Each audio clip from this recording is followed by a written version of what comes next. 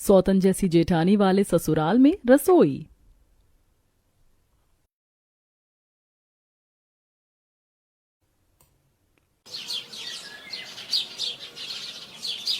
आपको शर्म नहीं आती? मेरे रहते हुए आपने दूसरी शादी कर ली और मेरे लिए सौतन लेकर आ गए। देख रहे हैं आप सब मेरे साथ कितनी ज्यादती हो रही है।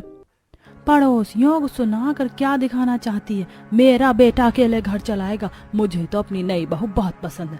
आखिर नौकरी वाली जो है, अब मेरे बेटे के साथ मेरी नई बहू भी पैसे कमाएगी। देखो, मोहल्ले वालों को बताकर या मेरी इंसल्ट करके तुम्हें कुछ नहीं मिलेगा। जब हम दोनों को ही इस घर में एक साथ रहना है, आखिर हम दोनों का पति भी तो एक ही है, इसलिए चुपचाप मेरा गृह प्रवेश करवाकर अंदर चलो। शीला काफी गरीब घर से थी और वो काम भी नहीं करती थी। उसका पति विकास शाम होते ही नशा करने के लिए घर में शीला के साथ मारपीट करता और इसीलिए परी, जो कि नौकरी करती थी, उससे शादी करके आ जाता है। ये देख सभी पड़ोसन आपस में बातें करती हैं। बेचारी की तो किस्मत ही खराब। एक तो पति नशेड़ी, दूसरा सौतन उठा कर ले आया। पता नहीं बेचारी का क्या होगा। अरे बहन, वो सब छोड़ो। मैं तो यही सोच रही हूँ कि लड़की कैसी पागल है जो उसने इस नशेड़ी से शादी कर ली, जबकि काम करती है।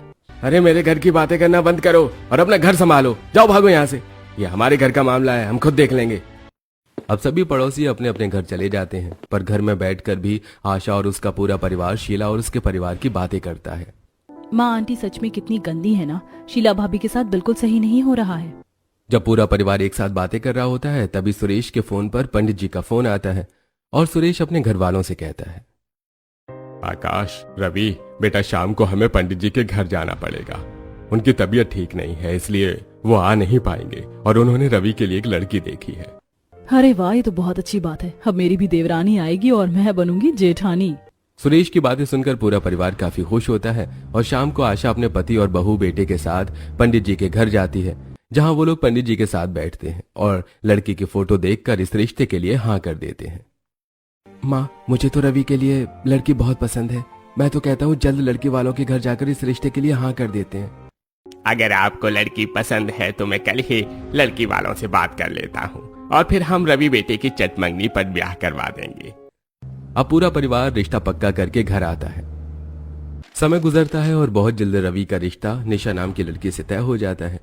देखते ही देखते शादी के दिन नजदीक आ जाते हैं और एक दिन जब घर के बाहर संगीत का फंक्शन चल रहा होता है तो शीला पूजा से मिलती है। पूजा, तुम तो बड़ी खुश लग रही हो। आखिर तुम्हारी देवरानी जो आने वाली है। मेरी तो जिंदगी में पता नहीं कौन सा ग्रहण लग गया है। नाम तो मेरी सौतन का परी है, पर उसने मेरी जिंदगी नरक बना कर रखी है। काश कि मेरी भी तुम्हारे जैसी एक अच्छी सी जेठानी होती। सौतन से तो लाख गुना अच्छी होती है जेठानी। ऐसा क्यों बोलती हो? मैं तो कहती हूँ अपने पति की माँ और सौतन के अत्याचार सहना बंद करो और तुम भी नौकरी करना शुरू करो। नौकरी करोगी तभी तुम्हारे घर में इज्जत होगी। मैंने भी यही सोचा था। कुछ दिन फैक्ट्री गई थी काम करने के लिए, पर मेरी सास ने मुझे वो भी नहीं करने दिया और जो पैसे मैंने फैक्ट्री से कमाए थे वो मेरी सौतन और पति ने मुझसे छीन लिए। मेरा तो दिल ही नहीं करता उस घर में रहने का।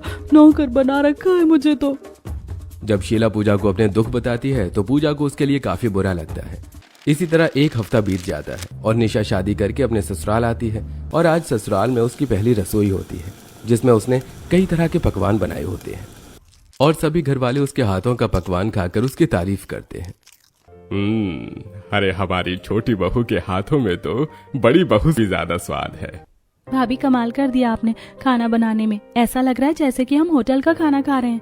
सुनिए जी, अब आप क्या खाना ही खाते रहेंगे या बहू को उसकी पहली रसोई का कुछ नेक भी देंगे?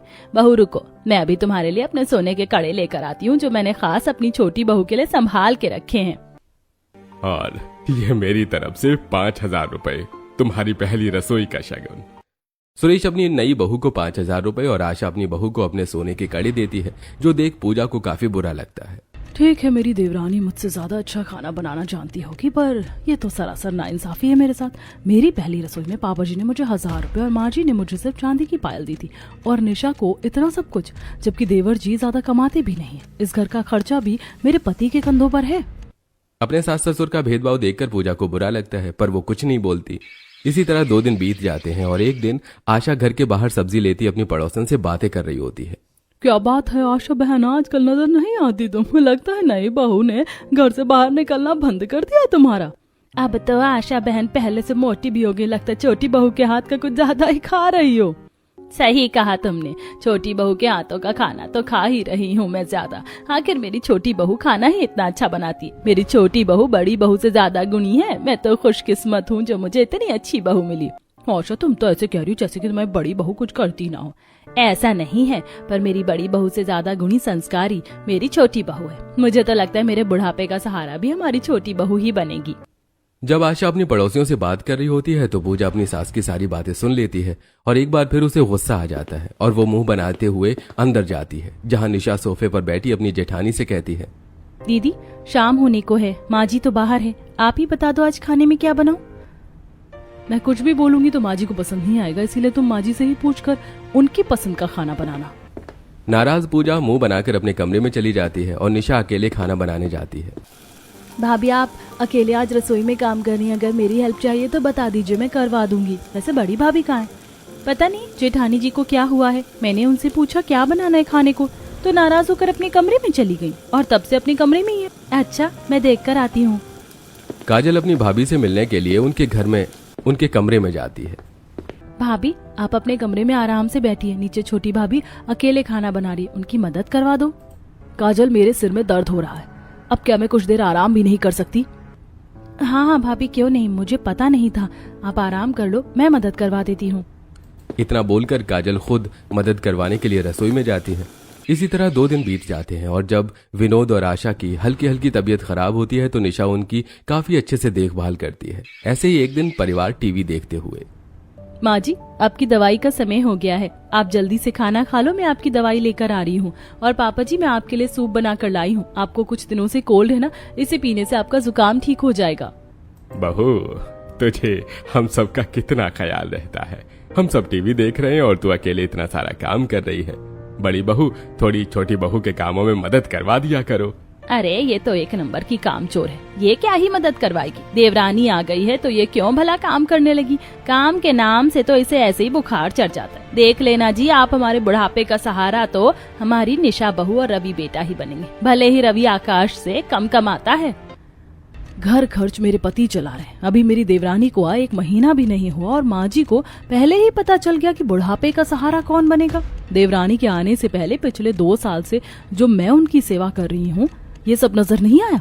अगर मैं कुछ करती ही नहीं उनकी नजरों में तो फिर ठीक है, अब से मैं घर के कोई काम नहीं करूंगी, संभालेगी अकेली इनकी लाडली बहू पूरा घर। अपने सास ससुर का भेदभाव और उनकी बातें सुनकर पूजा की चिढ़ और बढ़ जाती है और गुजरते समय के साथ पूजा अपनी देवरानी से चिढ़ने लगती है।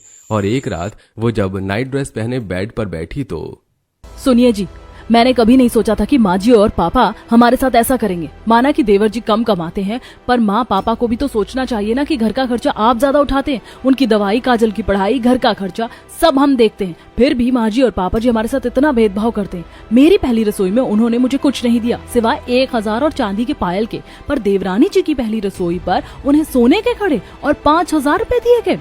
वो सब भी ठीक था, पर अब तो माँ जी गले मोहल्ले में सभी से ये बस कहती रहती हैं कि उनके बुढ़ापे का सहारा उनकी छोटी बहू है। अगर उनकी छोटी बहू उनके बुढ़ापे का सहारा है तो हम दोनों क्यों इन लोगों के लिए इतना सब कुछ कर रहे हैं।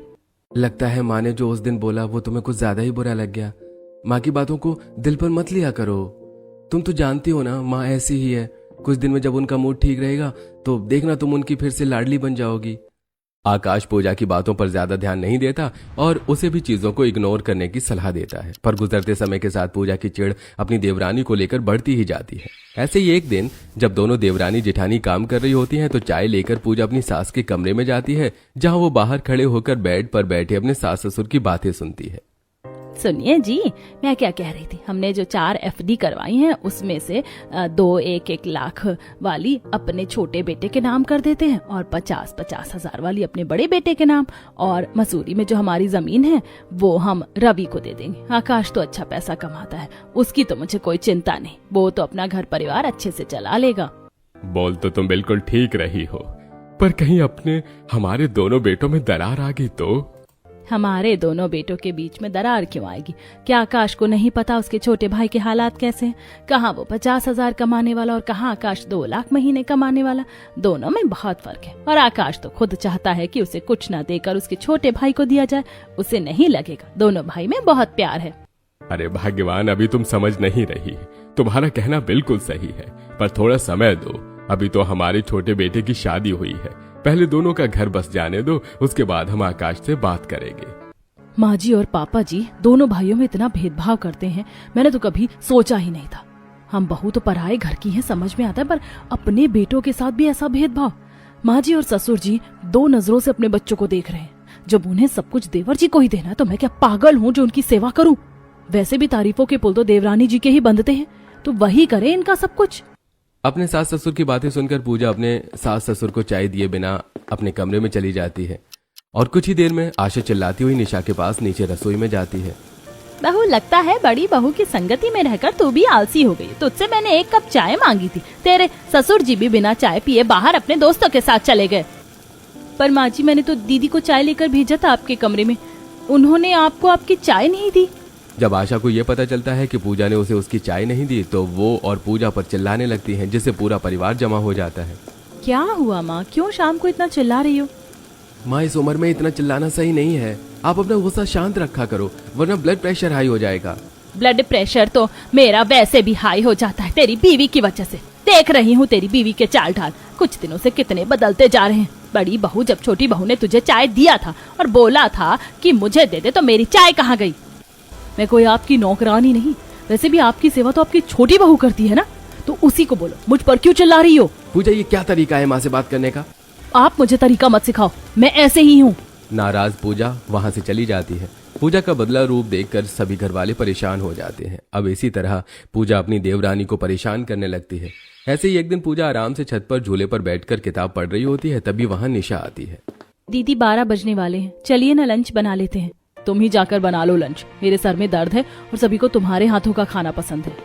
निशा को जवाब देकर पूजा नीचे अपने कमरे में आ जाती है, जिसके बाद निशा अकेली रसोई में खाना बनाती है। कुछ देर में शीला चोट पर लगाने वाली ट्यूब लेने के लिए आशा के घर आती है और निशा से बात करती है। अरे बहन, तुम्हें तो काफी चोट लगी है, मैं इस पर पट्टी कर देती हूँ। सिर्फ इस दवाई को लगाने से तुम्हारे हाथों की चोट ठीक नहीं होगी। कितनी पट्टी करोगी? मेरे पूरे शरीर में तो चोट ही है। जिसकी सौतन हो उस इंसान का यही हाल होता है। सौतन से अच्छी जेठानी होती है, लड़ती झगड़ती है पर साथ रहती है, पर जिसकी सौतन होती है उसका मेरे जैसा हाल होता है। तुम किस्मत वाली हो जो तुम्हें इतनी अच्छी जेठानी मिली। सच में तुम्हारी सौतन तो बहुत बुरी है। देखा था मैंने कुछ दिन पहले, वो भैया की कान भर रही थी तुम्हारे खिलाफ, और भैया ने तुम्हारी एक नहीं सुनी और गली में ही सबके सामने तुम्हें मारने लगे। अच्छा, मैं चलती हूँ, जाकर घर के काम भी करने हैं। महारानी आएंगी और उसे खाना नहीं मिलेगा तो फिर घर में कलेश होगा। शीला दवाई लेकर अपने घर चली जाती है और पूजा उनकी बातें सुनती है और अपनी देवरानी को परेशान करने का सोचती है। वैसे शीला ने आकर अपनी सौतन की बातें बताकर मुझे एक आइडिया दे दिया। ये सबके सामने बहुत अच्छी बनने का नाटक करती है। अगर मैं इसे सबकी नजरों में गिरा दूं तो शायद माँ जी को मेरी कद्र हो जाए। सबकी नजरों में महान बनने के लिए अब पूजा निशा को परेशान करने की सोचती है। कुछ ही देर में जब निशा खाना बनाकर अपने कमरे में आराम करने जाती है तो पूजा रसोई में जाकर उसके खाने में लाल मिर्च और नमक मिला देती है। आज पहली बार परिवार हलवे में नमक खाएगा और माँ जी को तीखा खाना पसंद नहीं है ना। आज उनकी बहुरानी उन्हें तीखा खाना खिलाएगी कि उनको होश आएगा। निशा के आने से पहले मैंने ही उन्हें और घर को संभाला था। पूजा खाने में लाल मिर्च नमक मिलाकर अपने कमरे में चली जाती है और जब पूरा परिवार खाने के लिए बैठता है तो सभी खाने का निवाला लेते ही उसे थूक देते हैं। अरे बहू, आज कौन से ख्यालों में डूबकर तुमने खाना बनाया है? हलवे में नमक है और सब्जी में इतनी मिर्च है कि खाई नहीं जा रही है। अरे कलमुही करम जली, कितनी मिर्च डाल रखी है तूने सब्जी में। नमक और चीनी का भी फर्क भूल गई क्या? अरे कोई कुछ 2 मिर्च कम करने के लिए, ये मिर्च बर्दाश्त नहीं हो रही। देख लो माँ जी, आजकल की बहू शुरू में अच्छे बनने का दिखावा करती है। इनका असली रंग तो बीते समय के साथ दिखाई देता है। लीजिए, ये मिठाई खाइए।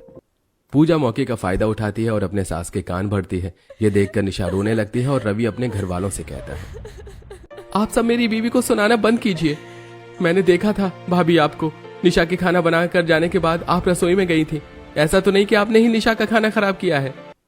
ये सही है, बीवी की गलती छुपाने के लिए भाभी पर ही इल्जाम लगा दो। अब क्या खाने के वक्त हमारे घर में रोज कलेश ही होगा? कभी कभी खाना खराब बन जाता है। कोई बात नहीं बहू, रोना बंद करो, आज हम बाहर खाने चलते हैं। छोटी बहू थी तो बात को जाने दिया। अगर यही गलती मुझसे हुई होती तो पूरा परिवार मुझे खाने को दौड़ जाता। अब खाना खराब होने की वजह से पूरा परिवार बाहर रेस्टोरेंट में खाने के लिए जाता है। कभी कभी खाना भी खराब होना अच्छी बात है, इसी बहाने आज हमें बाहर का खाने को तो मिला। हाँ वो तो है काजल, पर देखो ना, गलती देवरानी जी ने की और पैसे मेरे पति के जेब से जा रहे हैं, क्योंकि देवर जी तो इतना कमाते नहीं है कि पूरे परिवार को 5 स्टार होटल में खिला सके। पूजा अपने देवर देवरानी को ताने देती है और कोई कुछ नहीं बोलता। इसी तरह कुछ दिन बीत जाते हैं और पूजा निशा को परेशान करने का कोई मौका नहीं छोड़ती। ऐसे ही एक दिन पूजा हाथों में काफी सारे गंदे कपड़े लाकर निशा के कमरे में बेड पर रख देती है। तुमसे एक काम सही से नहीं हो रहा। माँ जी बेकार ही तुम्हारी तारीफ करती हैं।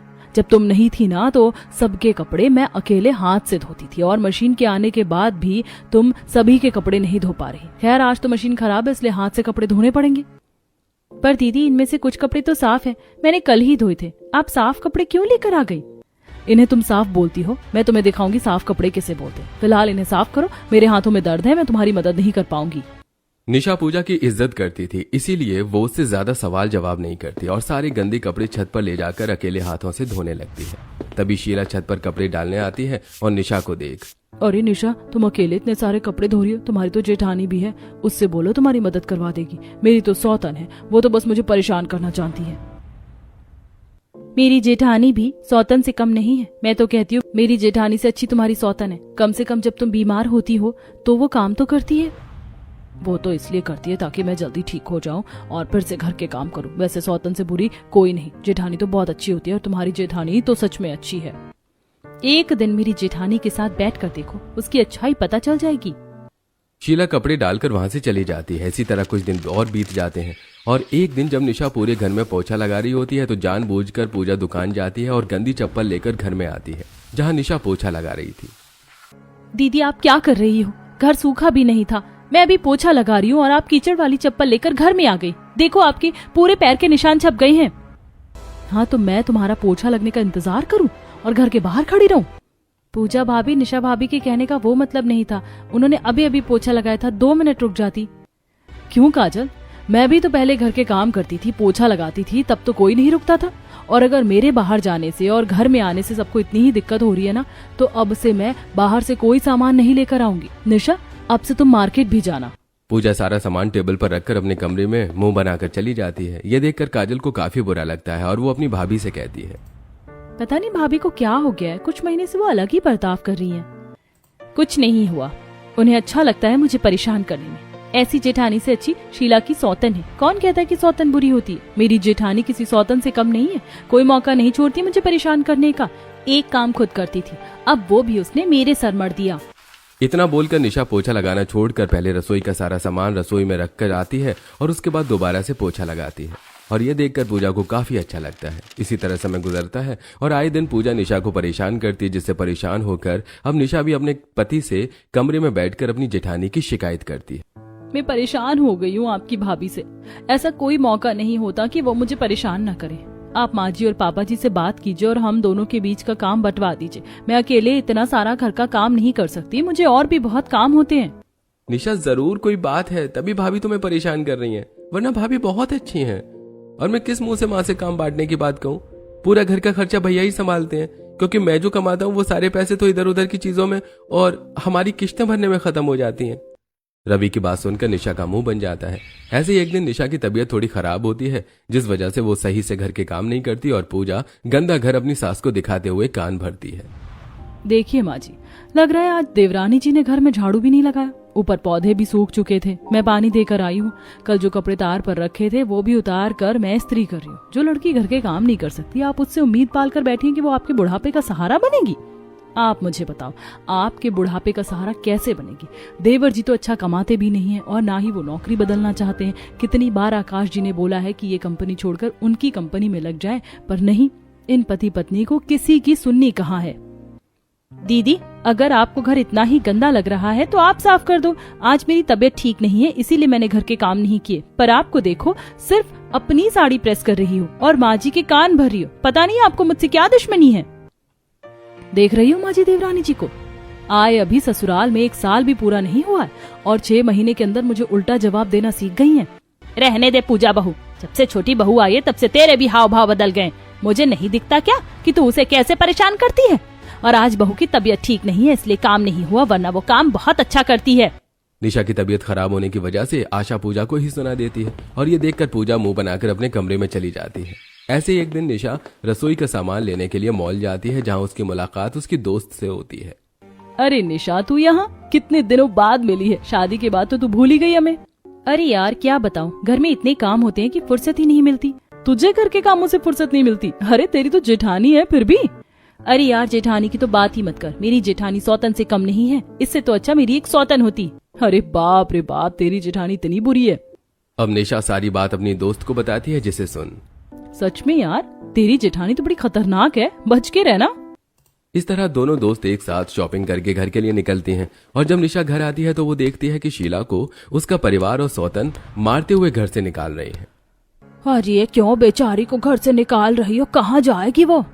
कहीं भी जाए हमारी बला से हर दूसरे दिन बीमार हो जाती है और मेरे सारे पैसे इसके इलाज में लग जाते हैं। इसने तो मुझे अपना गुलाम बना लिया है।